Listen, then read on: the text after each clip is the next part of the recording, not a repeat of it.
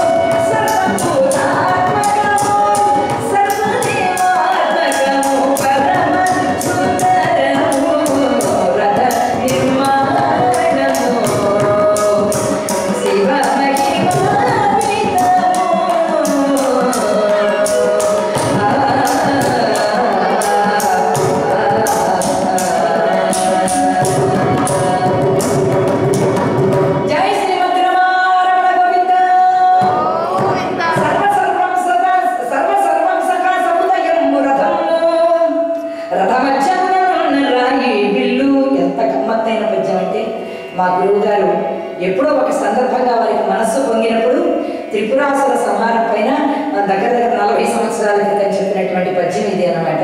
త్రిపురాసుర సంహారంతో ఉన్నటువంటి ఆ రథాన్ని ఎలా నిర్మాణం చేశారన్నది వర్ణించారు. సర్వ సర్వం సహా సముదయం రథము రథమధ్యమునున్న రాయి విల్లు.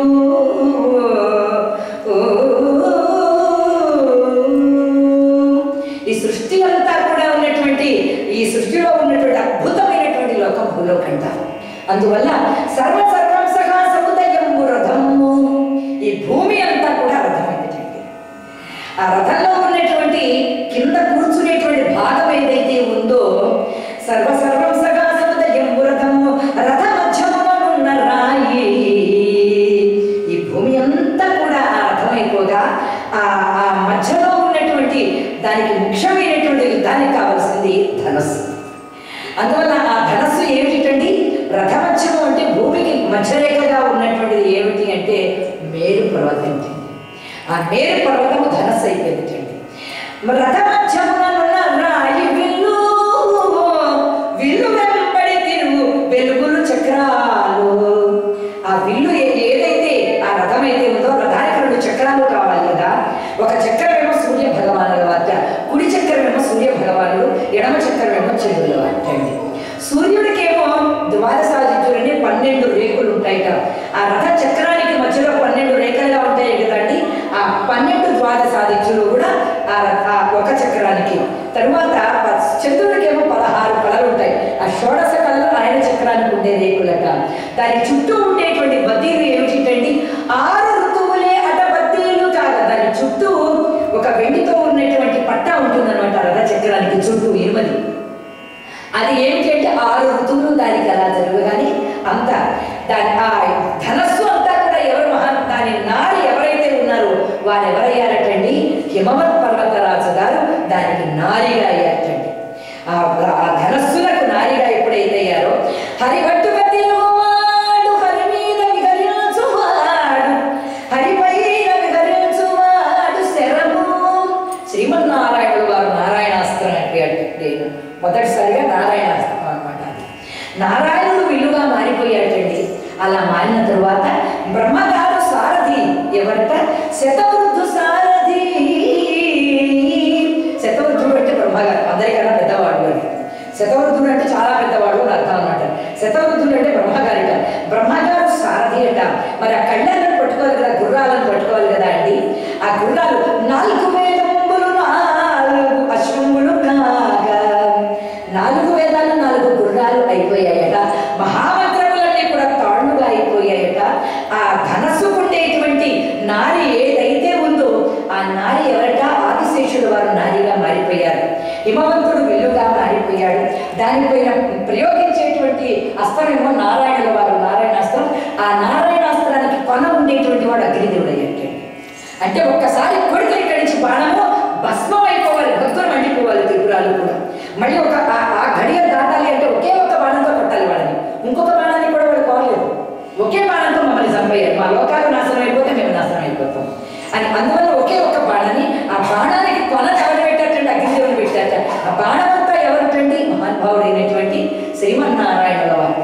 అలా జరిగిన తరువాత ఆ ధనస్సులకు ఉండేటువంటి గంట ఎవరిటండి? ఆ ధనస్సులకు ఉండేటువంటి గంట పరమ పవిత్రమైనటువంటి సరస్వతి అమ్మవారి. ఆ ధనస్సులకు ఉన్నటువంటి గంట.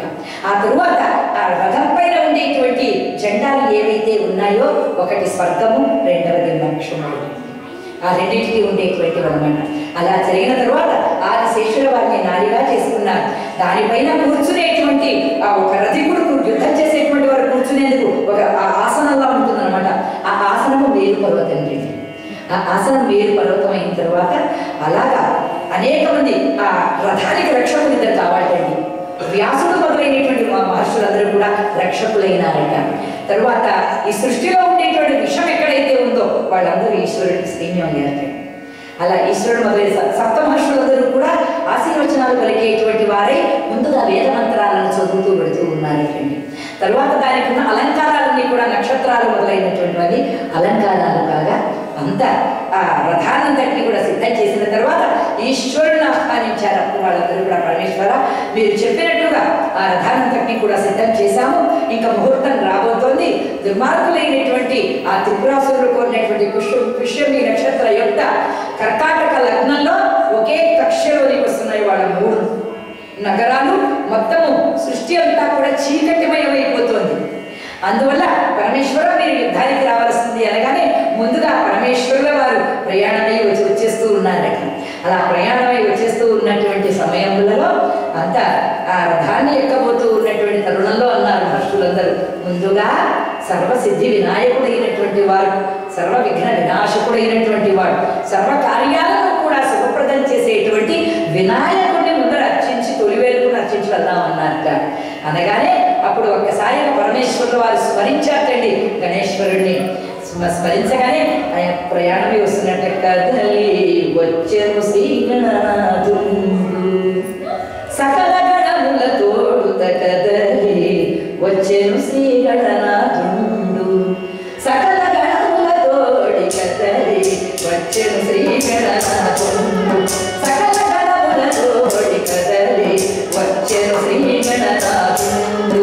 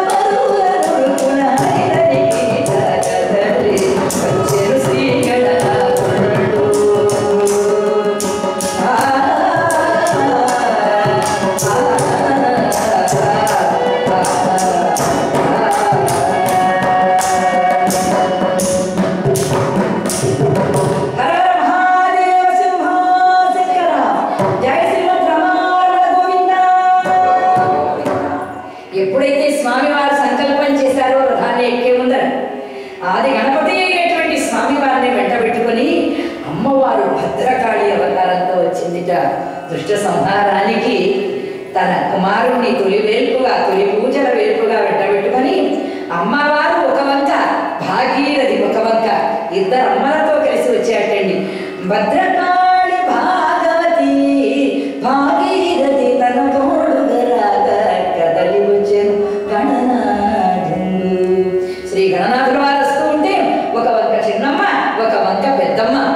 అమ్మవారు పార్వతీదేవి ఒక వంక, గంగాదేవి ఒక వంక, ఇద్దరి తల్లుల చేతులను పట్టుకుంటూ గుడి అడుగులతో పరుగున తండ్రి గారి యొక్క లోక కళ్యాణ దీక్షలో పాలు పంచుకోవాలని పరుగున తొండాన్ని ఊపుకుంటూ వచ్చేస్తున్నట్ట. అసలే పాపం ఈ రోజునే మనకు నవరాత్రులు పూర్తయ్యాయి. విఘ్నేశ్వరుల వారిని 9 రోజుల నుంచి అర్చించి ఈ ఏడాది అంతా కూడా వరసిద్ధి వినాయక స్వామి పిల్లలందరికీ, చిన్నారులందరికీ కూడా కాలేజీలో ఒక వంక, పాఠశాలలో ఒక వంక ప్రారంభమయ్యాయి. సర్వసిద్ధి వినాయకుడిని మనం 9 రోజులుగా పూజించుకొని ఈ రోజునే వారిని సాగనంపి మళ్ళీ వచ్చే ఏడాదికి స్వాగతం పలకబోతున్నాం మనం. అటువంటి ఆ గణనాథుడు ఈ రోజున మన ఇళ్లలోకే కాకుండా మన కథాగానంలోనే కూడా వచ్చేసాడండి. బోలో శ్రీ గణేష్ మహారాజుకి. చిన్నగా వచ్చేస్తున్నాడండి. గణపతుల వారు వచ్చారట. వచ్చిన తరువాత తండ్రి గారిని చూశాట. తండ్రి గారు, మీ కార్యము నిర్విఘ్నముగా కొనసాగుగాక, సర్వ శుభవంతులై వెళ్ళిరండి అన్నట్టు ఒక్కసారిగా భద్రకాళి అమ్మవారు సకల దేవతలందరినీ కూడా దీవింపగా అంత సకల సృష్టి అంతా కూడా కలిసి వచ్చినటువంటి ఆ రథం మీదకి ఇంత విచిత్రమైనటువంటి రథాన్ని ఎక్కడైనా చూసామా? ఇటువంటి రథం ఎక్కడైనా ఉన్నదా? ఇంత గొప్ప రథం పైన ఆయన ఎప్పుడైతే పరమేశ్వరుడు అడుగు పెట్టాడో వాళ్ళకి ఎడమ కన్నులు అదరడం మొదలు పెట్టేటండి. ఎవరికి? త్రిపురాసురులు ముగ్గురికి కూడా. అసలు కుడి కన్నులు కూడా అదరడం మొదలు పెట్టాయట. ఏమిటి అంటే మయబ్రహ్మ గారిని అడిగారు, తాత ఇంతవరకు ఎడమ కన్నులు ఎదిరాయి, ఇప్పుడు కుడి కన్నులు ఎదురుతున్నాయి, ఏ కన్ను ఎదిరినా పర్వాలేదురా, మనకి ఆపదలు రాకుండా ఉంటే చదువుదాన్ని ఆయన ఎవరు అడిగారండి. ఏమండి మాట్లాడితే పక్కింటి వాళ్ళ టామీ మా ముందరకు వచ్చేస్తుంటుంది. తెల్లారు లేవగానే దాన్ని నల్లని మహాన్ని చూడాల్సి వస్తుంది. ఓ దేవుడు లేదు, ఏం లేదు, అది వచ్చేసేసి మా ఇంటి పర్యటనలో గుమ్మలో దూకుతూ ఉంటుంది, మా బెడ్రూమ్ దగ్గర వస్తుంది, ఏం చేయవండి అన్నట్ట. మా ఇద్దరు అటుపోయినా ఇటుపోయినా పర్వాలేదు, ఆ కుక్క మనల్ని కలవకుండా ఉంటుంది కాబట్టి ఎటుపోయినా పర్వాలేదు, దాన్ని ఎటన్నా వెళ్ళని మనకి ఏదో అక్కర్లేదు అని. అలాగా ఏం జరిగిందండి? అత్యంత వైభవంగా ఆ త్రిపురాసుల యొక్క సంహారానికి ముహూర్తం ఎప్పుడైతే వచ్చేసిందో మయబ్రహ్మ గారు చెప్పారు, ప్రారంభ కర్మను ఎవరు కూడా ఆపలేరు నాయన, జాగ్రత్త అని చెప్పారు. అక్కడ అలా చెప్పిన తరువాత ఇక్కడ ఏం జరిగిందో తెలుసా అండి? పరమేశ్వరుడికి, విష్ణుమూర్తికి అర్థమైపోయింది త్రిపురాసురులకు ఎంత మరణయోగం ఉన్నా కూడా శివుని వల్ల వాళ్ళ భార్యల యొక్క పాతివ్రత్యం రక్షిస్తుంది. ఈ త్రిపురాసురులను ఎప్పుడైతే రక్షిస్తుందో ఒక్కసారిగా హరిహరు వంక సందేశాన్ని పంపించారు. నారాయణ వారు లీలా మాత్రంగా పంపించడం ఏమిటి? సరిగా ఆయన భార్యలు వచ్చారు. 3 భార్యలు, త్రిపురాసురుల యొక్క భార్యలు వచ్చి, స్వామి మా నాథులు యుద్ధానికి సిద్ధమయ్యేటట్టుగా ఉన్నారు, మాకేదో ప్రళయం వచ్చేటట్టుగా కనబడుతోంది, మమ్మల్ని ఎలాగైనా మీరే రక్షించాలి, మమ్మల్ని, మీ లోకాన్ని, మా లోకాన్ని, మా భర్తల్ని మీరే రక్షించాలి. తప్పకుండా రక్షించుదాం, బ్రహ్మాండమైనటువంటి వ్రతం ఉంది, ఆ వ్రతాన్ని మీరు చేయాలి 3 రోజుల పాటు. అలాగే స్వామి చేస్తాం, ఏం చెయ్యాలో చెప్పండి అన్నారట. మీరందరూ నిర్మలమైనటువంటి చిత్తంతో తెల్లవారు చామున లేచి, ఏకాదశి పర్వదినం రాబోతోంది, ఇంకా అటువంటి పర్వదినం రోజున మీరు ఏం చేస్తారు అని అంటే, చక్కగా సుస్నాతులై అర్ధవస్త్రాలను కట్టుకొని తడి వస్త్రాలతో వెళ్ళి వటవృక్షం ఏదైతే ఉందో దాన్ని ఆలింగనం చేసుకోండి.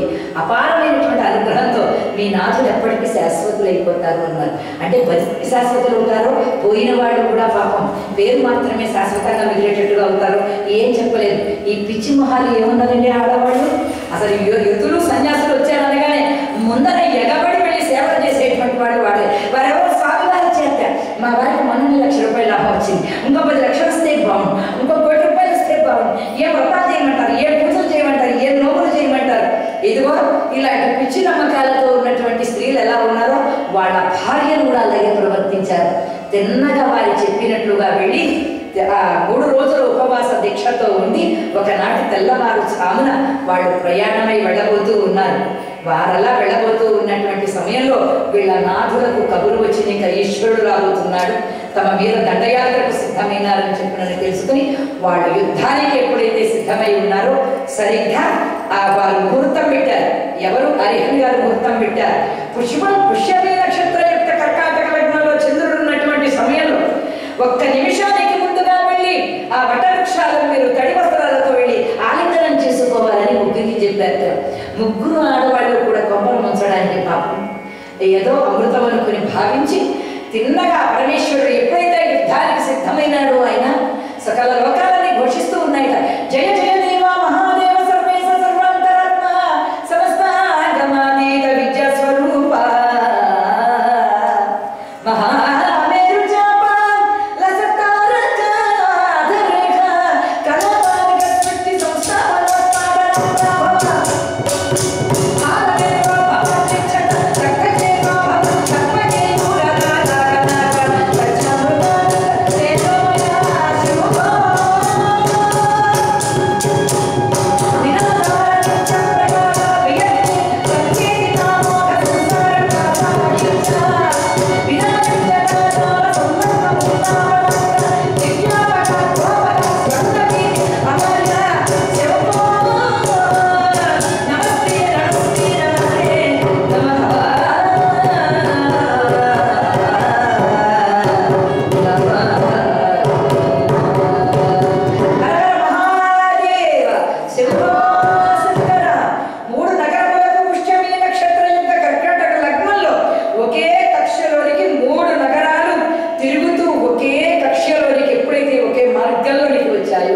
అభిజిత్ ముహూర్తంలో పరమేశ్వరుల వారు ఒక్కసారిగా నారిని సారించి నారాయణాస్త్రాన్ని గురి చూచి ఆ నగరముల మీద కొట్టడం ఏమిటి?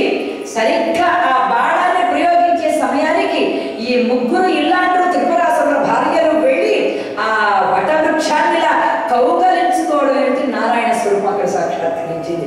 జై శ్రీమద్ రమణ గోవింద. జగన్మోహనాకారమైన నారాయణ స్వరూపాన్ని వీళ్ళు చూడగానే వాళ్ళ భక్తుల సంగతి మర్చిపోయారు, మోహంలో పెరిగిపోయారు. వీళ్ళ ముగ్గురు భార్యలు కూడా అద్భుతమైనటువంటి ఆ రూపాన్ని చూడగానే ఆ రూపాన్ని బుద్ధావతారం అన్నారు. పురసతుల మానములు పొల చేసిన చేయి తురగము వరపెడి దొడ చేయి. హనుమాచార్య వారు పాడారు. త్రిపురాసుర సంహార వేళ వాళ్ళ భార్య పాతివ్రత్యాలు ఎప్పుడైతే ఈ త్రిపురాసులను రక్షించడానికి వచ్చాయో వటవృక్షంలో స్వామి వారు నారాయణ స్వరూపం వటవృక్షం అంటే ఆ వటవృక్షాన్ని వీళ్ళ ముగ్గురు కూడా ఆలింగనం చేసేందుకు వచ్చి కౌగలించుకోబోతున్నటువంటి సమయంలో దివ్య నారాయణ స్వరూపం ఎప్పుడైతే వాళ్ళు చూశారో మొహంతో వారిని వాళ్ళు మరచిపోయారు. వారు ఎప్పుడైతే పరపురుషుని తమ హృదయాన్ని నింపుకున్నారో వాళ్ళు అన్యమైనటువంటి భావంతో చూడకపోయినప్పటికీ కూడా పరపురుష స్పర్శ అంటే నారాయణ స్పర్శ వటవృక్షంలో ఉన్న నారాయణ దర్శనం చేశారు. వాళ్ళు ఆ మోహంతో ఎప్పుడైతే ఉన్నారో వాళ్ళ పాతివ్రత్య శక్తి కూడా నశించింది. అందువల్ల పరిస్థితులు ఎంత బలీయమైనటువంటివి అయినప్పటికీ కూడా ఇల్లాలి యొక్క పాతివ్రత్యం ఏదైతే ఉందో పురుషుడికి ఆయుర్దాయానికి వస్తుంది.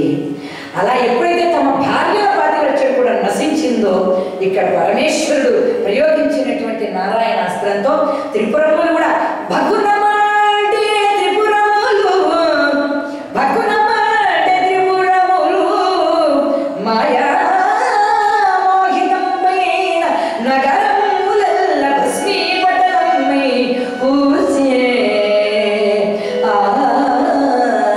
పరమేశ్వరం. జై శ్రీమద్ రమణ గోవింద. ఒక్కసారిగా పరమేశ్వరుడు ప్రయోగించినటువంటి ఆ పుష్యమి నక్షత్ర యొక్క కర్కాటక లగ్నంలో ప్రయోగించినటువంటి ఈశ్వరుడు విడిచినటువంటి బాణంతో 3 నగరాలు కూడా ఒక్కసారి భగ్గున మండిపోయి బూడిద కుప్పలుగా రాశిలో సముద్రాలలో కలిసిపోయాయి. త్రిపురాసుర సంహారం జరిగిపోయింది. లోకములన్నీ కూడా శాంతించాయి. పరమేశ్వరుడు లోక భీకర లీల త్రిపురాసురుల యొక్క వినాశనం చేసి సకల భవనాలను కూడా రక్షించినటువంటి వారైనారు. జై శ్రీమద్ రమణ గోవింద. ఎంతటి ధర్మాత్ములైనా ఎంతటి భక్తులైనా కూడా ధర్మ జీవితాన్ని విడిచిపెట్టి అధర్మ జీవితాన్ని ఎవరైతే ఆశ్రయిస్తారో వారి జీవితాలు ఇలా అయిపోతాయి అనేందుకు నిదర్శనం మనకు త్రిపురాసురుల యొక్క జీవన గాథ. ఈరోజు అద్భుతమైనటువంటి శానాటోనియాలో ఉన్నటువంటి హిందూ ఆలయంలో కలియుగ ప్రత్యక్ష దైవమైనటువంటి వెంకటేశ్వరుడు మరి ఒక పరమేశ్వరమూర్తి ఇక్కడ శివశంభుడు శక్తి స్వరూపంగా వలసి ఉన్న ఈ శివ కేశవ క్షేత్రంలో త్రిపురాసుర సంహార గాథ నాకు వినిపించేటువంటి అవకాశం కలిగించినటువంటి హిందూ టెంపుల్ ప్రెసిడెంట్ గారికి, తరువాత కల్చరల్ సెక్రటరీ గారికి తదితర ట్రస్ట్ బోర్డు పెద్దలందరికీ కూడా నేను హృదయపూర్వకమైన ధన్యవాదాలను నేను తెలియజేస్తూ ఈ కార్యక్రమాన్ని జయప్రదం చేసిన మీ అందరికీ మా బృందం అందరి తరఫున కూడా కృతజ్ఞతలను తెలియజేస్తూ మా ముగ్గురి పక్షాన మీ అందరికీ కూడా ధన్యవాదాలు తెలుస్తూ మాకు ఇంత గొప్ప అవకాశం ఇచ్చినందుకు చాలా కృతజ్ఞతలు. మళ్ళీ ఒకవేళ వచ్చే ఏడాది ఏమైనా మీకు కథాగానానికి మేము వచ్చిన అభ్యంతరం లేదు అని అంటే వస్తాము, రమ్మంటారు అంటే చప్పట్లు కొట్టండి. ఈశ్వర సంకల్పం, శివుని ఆజ్ఞ లేనిదే చీమ కూడా కుట్టదు. అందువల్ల నాకు ప్రాప్తం ఉన్నట్లయితే తప్పనిసరిగా వచ్చే వాళ్ళందరికీ మీ దగ్గరకు వచ్చిన ఒక అద్భుతమైన కొత్త కథాగానంతో మిమ్మల్ని అందరికీ కూడా ఆ భగవద్భక్తిని పెంచేటువంటి ప్రయత్నం చేస్తానని నేను మీ అందరికీ తెలియజేస్తూ నాకు ఇంత గొప్ప అవకాశాన్ని ఇచ్చారు కథాగానం చేసేందుకు. అబ్బాయి మనం మా దత్తాత్రేయ నా ప్రశ్న దేశమంతా తిరుగుతూ ఉన్నానండి. యథాప్రకారంగానే మళ్ళీ ఇండియా నుంచి వచ్చి ప్రతి ఊర్లోనూ తిరుగుతూ హరికథాగానాన్ని ప్రచారం చేస్తూ ఈసారి నుంచి నా యాత్రలో